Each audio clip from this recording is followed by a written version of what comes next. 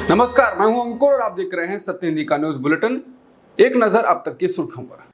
अगर आप social media पर डीप फेक जैसी आपत्तिजनक और भ्रामक सामग्री से परेशान हैं और किसी सोशल मीडिया प्लेटफॉर्म के खिलाफ एफआईआर दर्ज करना चाहते हैं तो सरकार इसमें आपकी मदद करेगी। दरअसल इलेक्ट्रॉनिक्स और आईटी राज्य मंत्री राजीव चंद्रशेखर ने शुक्रवार को कहा है कि केंद्र सरकार नागरिकों को आईटी नियमों के उल्लंघन के लिए सोशल मीडिया प्लेटफॉर्मों के खिलाफ एफआईआर दर्ज करने में सक्षम बनाएगी। इसके लिए वेबसाइट बनाई जाएगी। इसके माध्यम से लोग अधिकारियों को इसके बारे में बता सकेंगे। इलाहाबाद हाईकोर्ट ने गोमांस परिवहन के मामले में अहम टिप्पणी की है। हाईकोर्ट ने कहा कि उत्तर प्रदेश गोवध निवारण अधिनियम गोमांस के परिवहन पर रोक नहीं लगाता है। इस अधिनियम में इसलिए गोमांस परिवहन पर वाहन जब्ती की कार्रवाई नहीं की जा सकती। ये टिप्पणी जस्टिस पंकज भाटिया ने वसीम अहमद की पुनरीक्षण याचिका को स्वीकार करते हुए की है। मामले में याची की ओर से फतेहपुर के डीएम के आदेश को चुनौती दी गई थी। डीएम ने गोमांस के परिवहन के लिए इस्तेमाल की गई मोटरसाइकिल जब्त करने का आदेश दिया था। बिलों को मंजूरी देने में देरी के खिलाफ राज्य की याचिका पर सुप्रीम कोर्ट ने केरल के राज्यपाल को जवाब दिया कि पंजाब के राज्यपाल के मामले में फैसला पड़े। बता दें, जब मामला उठाया गया तो केरल राज्य की ओर से पेश वरिष्ठ अधिवक्ता और भारत के पूर्व अटॉर्नी जनरल के वेणुगोपाल ने बेंच को बताया कि राज्यपाल की सहमति के लिए भेजे गए कई विधेयक पिछले 2 वर्षों से लंबित हैं। वेणुगोपाल ने कहा, सभी मंत्रियों ने राज्यपाल से मुलाकात की है, मुख्यमंत्री ने भी कई बार मुलाकात की है और फिर भी अब तक 8 विधेयक लंबित हैं। सीजेआई डीवाई चंद्रचूड़ ने तब भारत के अटॉर्नी जनरल आर वेंकटरमणी से कहा कि हमने कल रात पंजाब मामले में आदेश अपलोड किया है। राज्यपाल के सचिव से आदेश को देखने के लिए कहें और मंगलवार को हमें बताएं कि आपकी प्रतिक्रिया क्या है। गौरतलब है कि सुप्रीम कोर्ट में पंजाब राज्य द्वारा दायर एक ऐसी ही याचिका में कहा गया था कि अगर कोई राज्यपाल किसी बिल पर सहमति नहीं देता है या रोकने का फैसला करता है तो उसे बिल को पुनर्विचार के लिए विधायिका को वापस करना होगा। तेलंगाना में प्रियंका गांधी ने केसीआर पर जमकर निशाना साधा है। उन्होंने कहा कि केसीआर सरकार ने दलितों, आदिवासियों और ओबीसी के लिए कुछ नहीं किया है। किसी को न घर मिला, न पट्टे मिले और न नौकरी मिली। केसीआर सरकार आपको भूलकर सिर्फ अपने लिए काम कर रही है, इसलिए आपको कुछ सोचना पड़ेगा क्योंकि बदलाव सिर्फ आप ला सकते हैं। प्रियंका गांधी ने कहा कि केसीआर सरकार हर स्तर पर आपके साथ अन्याय कर रही है। जैसे दवाइयों की एक्सपायरी डेट होती है, उसी तरह केसीआर सरकार की भी एक्सपायरी डेट निकल चुकी है। टीएमसी सुप्रीमो और पश्चिम बंगाल के मुख्यमंत्री ममता बनर्जी ने बीजेपी को चेतावनी देते हुए कहा कि अगर केंद्रीय एजेंसियां उनके पार्टी के 4 नेताओं को गिरफ्तार करती हैं तो उसके बदले राज्य की पुलिस 8 भाजपा नेताओं को गिरफ्तार कर जेल भेजेगी। कोलकाता में एक रैली को संबोधित करते हुए ममता बनर्जी ने बीजेपी को खुली चेतावनी देते हुए कहा कि उन्होंने हमारे 4 विधायकों को जेल भेज दिया, ये सोचकर कि वो इस तरह से हमारी संख्या कम कर देंगे। अगर वो हमारे 4 लोगों को भ्रष्टाचार के मामलों में जेल भेजेंगे और उन्हें बदनाम करेंगे तो मैं उनके 8 नेताओं को हत्या और अन्य मामलों में जेल भेजूंगी। अपने बयान में ममता बनर्जी ने कहा कि केंद्र ने सभी को बंदूक की नोक पर रखा है। ममता का आक्रामक अंदाज धीरे धीरे लौट रहा है। ममता बनर्जी का यह आक्रामक तेवर 2024 के आम चुनाव के मद्देनजर सामने आया है, जिसमें टीएमसी नेता ने इरादा जाहिर कर दिया है कि बीजेपी नेतृत्व एक बार फिर 2021 जैसी चुनावी जंग के लिए तैयार रहे और अब तो वो बिल्कुल भी नहीं बख्शने वाली हैं। राजस्थान में वोटिंग से एक दिन पहले मुख्यमंत्री अशोक गहलोत ने शुक्रवार को सचिन पायलट का एक वीडियो ट्विटर पर साझा किया है। राजनीतिक पंडित गहलोत द्वारा सचिन पायलट का शेयर किए गए वीडियो के अलग अलग मायने निकाल रहे हैं। वहीं सियासी जानकारों का कहना है कि प्रधानमंत्री मोदी ने गुर्जर पर जो दांव खेला था, उसी की काट के तौर पर यह वीडियो जारी किया गया है। गहलोत गुर्जर वोट को साधने के लिए पायलट को ढाल के तौर पर यूज कर रहे हैं। कुछ लोगों का ये भी कहना है कि पार्टी में एकजुटता दिखाने के लिए वीडियो को साझा किया गया है। गहलोत द्वारा शेयर किए गए वीडियो में सचिन पायलट कांग्रेस पार्टी को वोट देने की अपील कर रहे हैं। बता दें, इससे पहले गहलोत और पायलट के साथ में पोस्टर्स लगाए गए थे और दोनों लोग साथ में बैठे दिखाई दिए। वहीं पीएम मोदी का आखिरी दिन फोकस गुर्जर वोटों पर रहा था। पीएम मोदी ने राजेश पायलट का जिक्र कर कांग्रेस पर निशाना साधा था, जिसके बाद सचिन पायलट ने जवाब दिया। कर्नाटक कैबिनेट ने गुरुवार को डिप्टी सीएम डीके शिवकुमार के खिलाफ सीबीआई जांच की मंजूरी को वापस लेने का फैसला किया है। उनके खिलाफ आय से अधिक संपत्ति का मामला चल रहा है।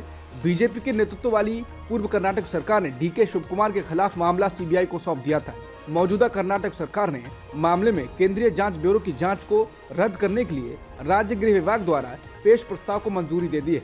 कर्नाटक कैबिनेट का यह फैसला तब आया है जब करीब 1 महीने पहले कर्नाटक हाईकोर्ट ने 19 अक्टूबर को शिव कुमार के खिलाफ जांच को रद्द करने से इनकार कर दिया था और सीबीआई को 2020 में शुरू हुई जांच को 3 महीने के भीतर पूरा करने का आदेश दिया था। अडानी हिंडनबर्ग मामले में शुक्रवार का दिन काफी अहम रहा। सुप्रीम कोर्ट में इस मामले पर सुनवाई हुई। इस दौरान सुप्रीम कोर्ट ने सेबी से पूछा कि उसने अडानी समूह के खिलाफ हिंडनबर्ग रिसर्च की रिपोर्ट के मद्देनजर बाजार में अस्थिरता की जांच के लिए क्या किया है। सुप्रीम कोर्ट ने कहा कि सेबी को सभी 24 मामलों में जांच पूरी करनी चाहिए और विशेषज्ञ समिति की सिफारिशों के साथ कानून के अनुसार आगे बढ़ना चाहिए। सीजीआई ने कहा कि हमें हिंडनबर्ग रिपोर्ट को तथ्यात्मक रूप से सही मानने की जरूरत नहीं है, इसीलिए हमने सेबी से जांच करने को कहा। वहीं सेबी ने कहा कि वो जांच के लिए अब और समय नहीं मांगेगी। बता दें, केस की जांच के लिए सुप्रीम कोर्ट ने 6 मेंबर्स की कमेटी बनाई थी। इसके अलावा मार्केट रेगुलेटर सेबी को भी जांच करने के लिए कहा था, लेकिन सेबी अभी तक अपनी रिपोर्ट पेश नहीं कर पाई है। सेबी की ओर से अब तक रिपोर्ट नहीं सौंपे जाने के कारण बीते दिनों सुप्रीम कोर्ट में एक याचिका दायर की गई थी। इसमें अवमानना कार्रवाई की मांग की गई थी। आरएसएस प्रमुख मोहन भागवत ने कहा है कि भौतिकतावाद, साम्यवाद और पूंजीवाद से ठोकर खाई दुनिया को भारत खुशी और संतुष्टि की राह दिखाएगा। थाईलैंड की राजधानी बैंकॉक में आयोजित तीसरे विश्व हिंदू कांग्रेस के उद्घाटन सत्र को संबोधित करते हुए भागवत ने हिंदुओं से अन्य हिंदुओं और दुनिया से भी जुड़ने की अपील की है। इस सम्मेलन में उन्होंने दुनिया भर से आए विचारकों, कार्यकर्ताओं, नेताओं और उद्यमियों को संबोधित किया है। भागवत ने कहा कि कोविड के बाद दुनिया की सोच बदलने लगी। शायद उनकी सर्वसम्मत सोच ये रही है कि भारत रास्ता दिखलाएगा। जम्मू कश्मीर के राजौरी में आतंकवादियों से मुठभेड़ में आगरा के कैप्टन शुभम गुप्ता शहीद हो गए। इसके बाद आज यूपी सरकार के मंत्री योगेंद्र उपाध्याय ने शहीद कैप्टन के माता पिता को 50 लाख रुपए का चेक सौंपा। चेक सौंपने का वीडियो चर्चा में बना हुआ है। दरअसल मंत्री जी चेक सौंपते हुए फोटो खिंचवा रहे थे और इस दौरान शहीद की मां रोते हुए कह रही है कि मेरे लिए प्रदर्शनी मत लगाओ, मेरे प्यारे बेटे को बुला दो, मेरी दुनिया खत्म हो गई है, मेरा सब कुछ खत्म हो गया है। इसको लेकर शिवसेना नेता प्रियंका चतुर्वेदी ने कहा है कि प्रदर्शन ना लगाओ कहकर मां गमगीन होकर गुहार लगा रही है, फिर भी मंत्री अपना फोटो सेशन जारी रखते हैं। ये कैसी बेशर्मी है। शहीद परिवार को कैमरे के बिना शांति से शोक मनाने भी नहीं देंगे, हृदयहीन है। कांग्रेस ने भी वीडियो साझा किया है और लिखा है गिद्ध। उत्तरकाशी में बचाव अभियान में तकनीकी खराबी आने की वजह से देरी हो रही है। रिपोर्ट है कि गुरुवार को जब बचाव अभियान अपने अंतिम चरण में था तो जिस प्लेटफॉर्म पर ड्रिलिंग मशीन लगी हुई है उसमें कुछ दरारें आ गई। इससे अभियान को रोकना पड़ा। अमेरिकी ऑगर ड्रिलिंग मशीन से बचाव अभियान चलाया जा रहा है। उत्तराखंड की सिलिकारा सुरंग में फंसे 41 मजदूरों के लिए बचाव का प्रयास शुक्रवार को 13वें दिन भी युद्ध स्तर पर जारी है। बचाव कार्य में लगे अधिकारियों ने कहा है कि बचाव दल श्रमिकों को वापस लाने के लिए मार्ग ढूंढने से सिर्फ कुछ मीटर ही दूर है। श्रमिकों के लिए सुरंग के बाहर एम्बुलेंस इंतजार कर रही है और फंसे हुए मजदूरों के लिए ऋषिकेश के एम्स अस्पताल में आईसीयू बेड बनाए गए हैं।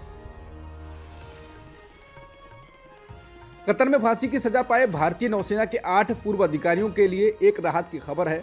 कतर की एक अदालत ने 9 नवंबर को भारत सरकार द्वारा दायर अपील को गुरुवार को स्वीकार कर लिया है। माना जा रहा है कि इस मामले की पड़ताल करने के बाद अदालत सुनवाई के लिए तारीख तय करेगी। मीडिया रिपोर्टों में सूत्रों के हवाले से दावा किया गया है कि अदालत ने कहा है कि वो अपील का अध्ययन कर रहे हैं। भारत का विदेश मंत्रालय इस मामले में रिहाई के लिए पूरी तरह से जुटा हुआ है।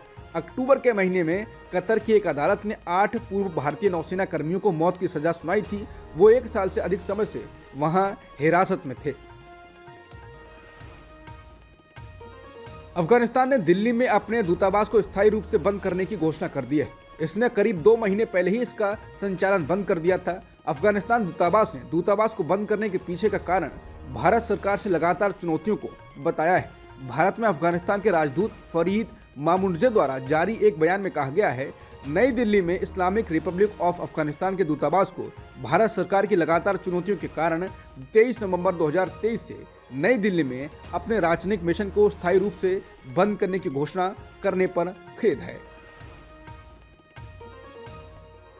इजराइल और हमास के बीच बंधकों को लेकर हुई डील के तहत तय हुआ 4 दिन का अस्थायी युद्ध विराम लागू हो गया है। कतर ने बताया है कि शुक्रवार को स्थानीय समय अनुसार शाम 4 बजे हमास 13 इजरायली बंधकों को छोड़ेगा। जो डील हुई है उसके मुताबिक हमास इजराइल के 50 बंधकों को छोड़ेगा, जिसमें महिलाएं और बच्चे होंगे। वहीं इजराइल फिलिस्तीन के 150 कैदियों को इजरायली जेल से रिहा करेगा, जिसमें महिलाएं और किशोर लड़के शामिल होंगे। अस्थायी युद्ध विराम की आधिकारिक शुरुआत से कुछ समय पहले इजराइल के मिलिट्री ने सोशल मीडिया पर गजा के लोगों के लिए एक वीडियो संदेश जारी किया है। इस वीडियो में गजा के लोगों से कहा गया है कि युद्ध अभी खत्म नहीं हुआ है। इजराइल की मिलिट्री के प्रवक्ता अविचाय अद्राई ने इस वीडियो के संदेश में अरबी भाषा में अपनी बात रखी है। अब तक की सुर्खियों में इतना ही। बाकी खबरों के लिए बने रहिए सत्यहिंदी.com के साथ।